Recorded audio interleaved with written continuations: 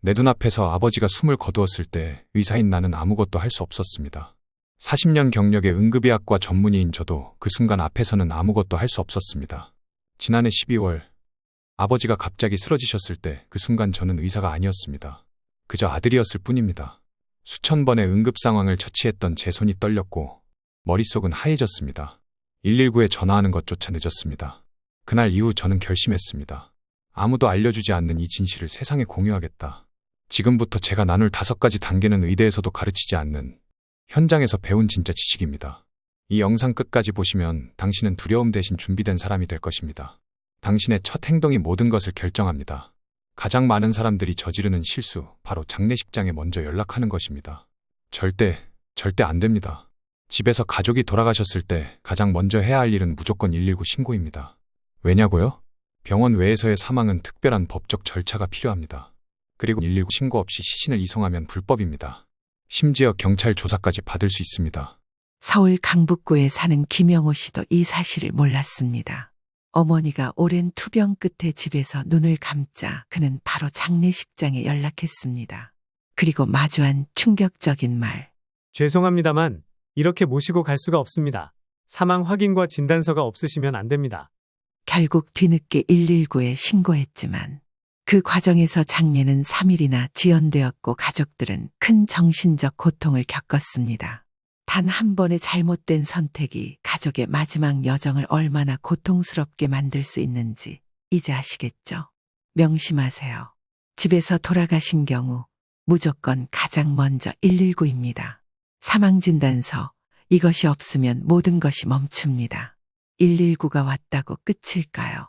아닙니다. 가장 중요한 서류가 필요합니다. 많은 분들이 오해하고 계십니다.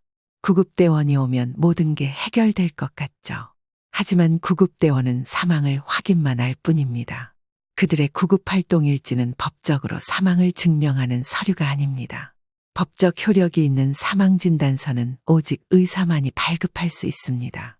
이 종이 한 장이 없으면 장례도, 화장도, 매장도 할 수 없습니다. 상황은 크게 2가지로 나뉩니다. 주치의가 있는 경우와 없는 경우.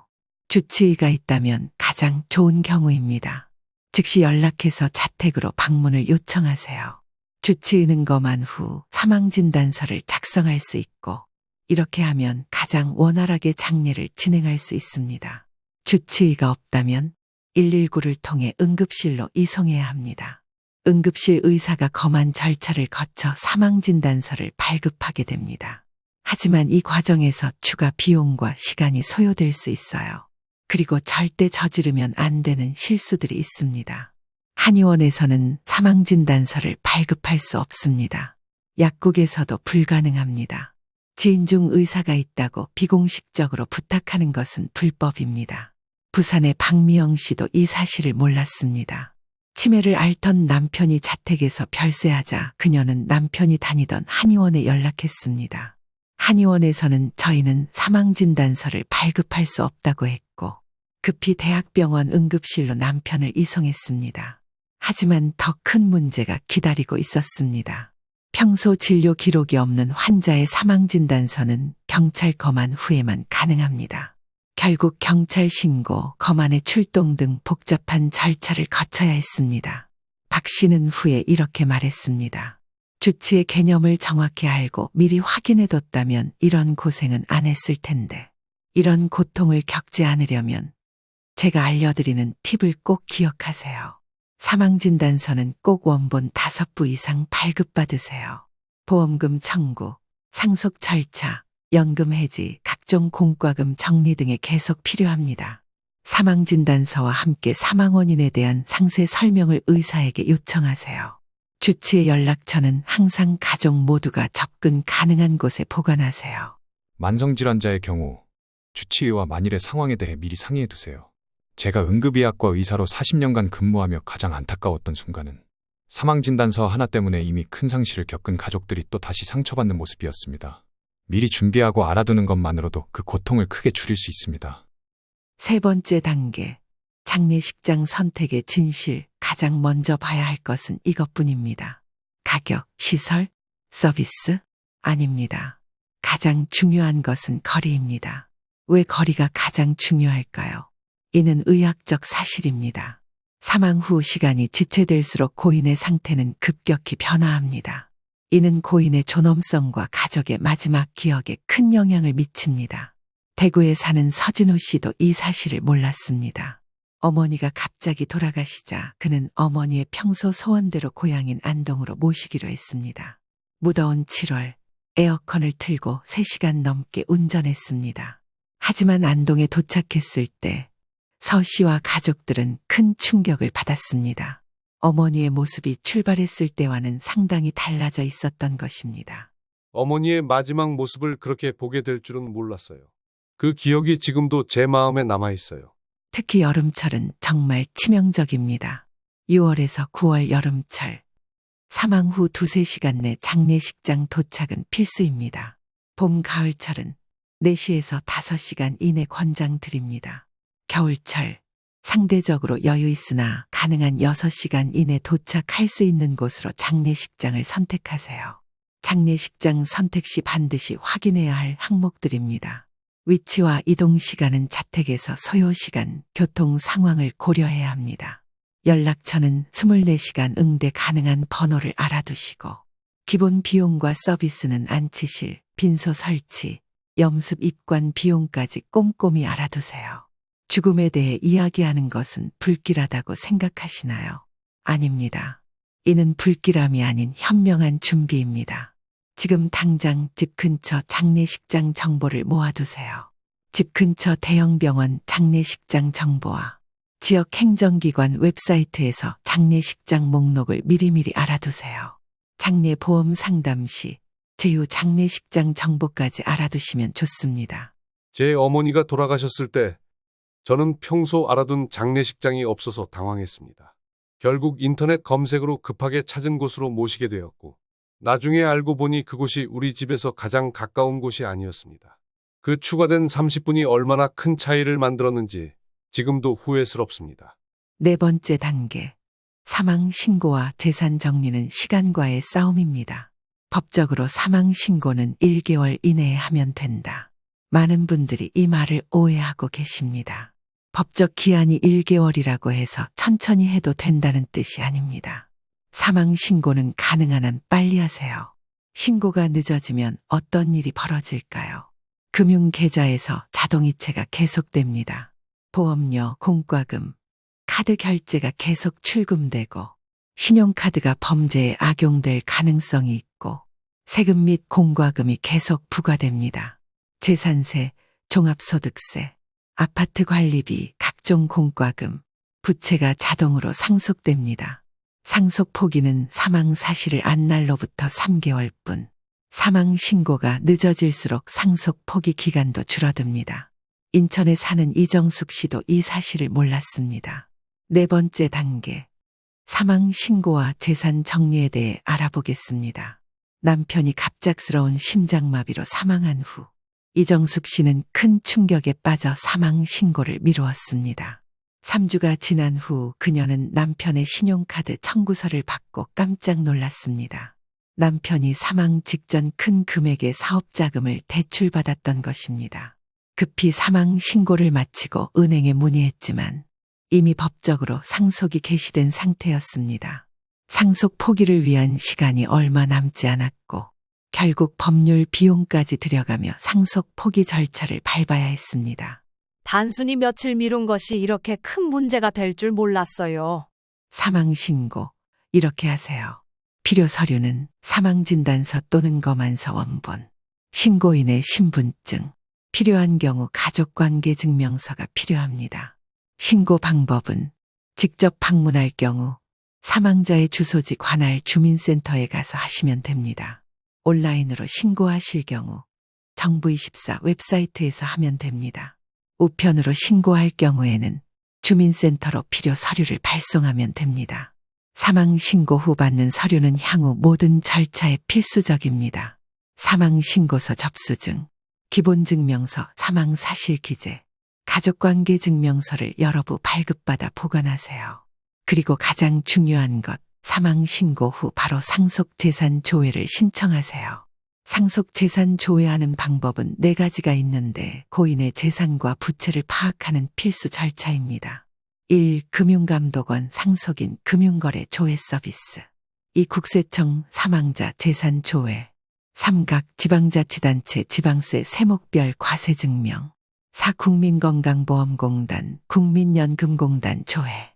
먼저 이렇게 4가지 방식으로 고인의 부채와 재산을 파악해 보세요. 그런 후 상속 시 선택할 수 있는 3가지 방법이 있습니다. 첫째, 단순 승인은 재산과 부채를 모두 상속받고 싶은 경우 별도 절차 없이 그냥 승인 받으시면 됩니다. 두 번째, 한정 승인은 재산 범위 내에서만 부채를 상속받는 방법이 있는데 가정법원 신청하시면 됩니다.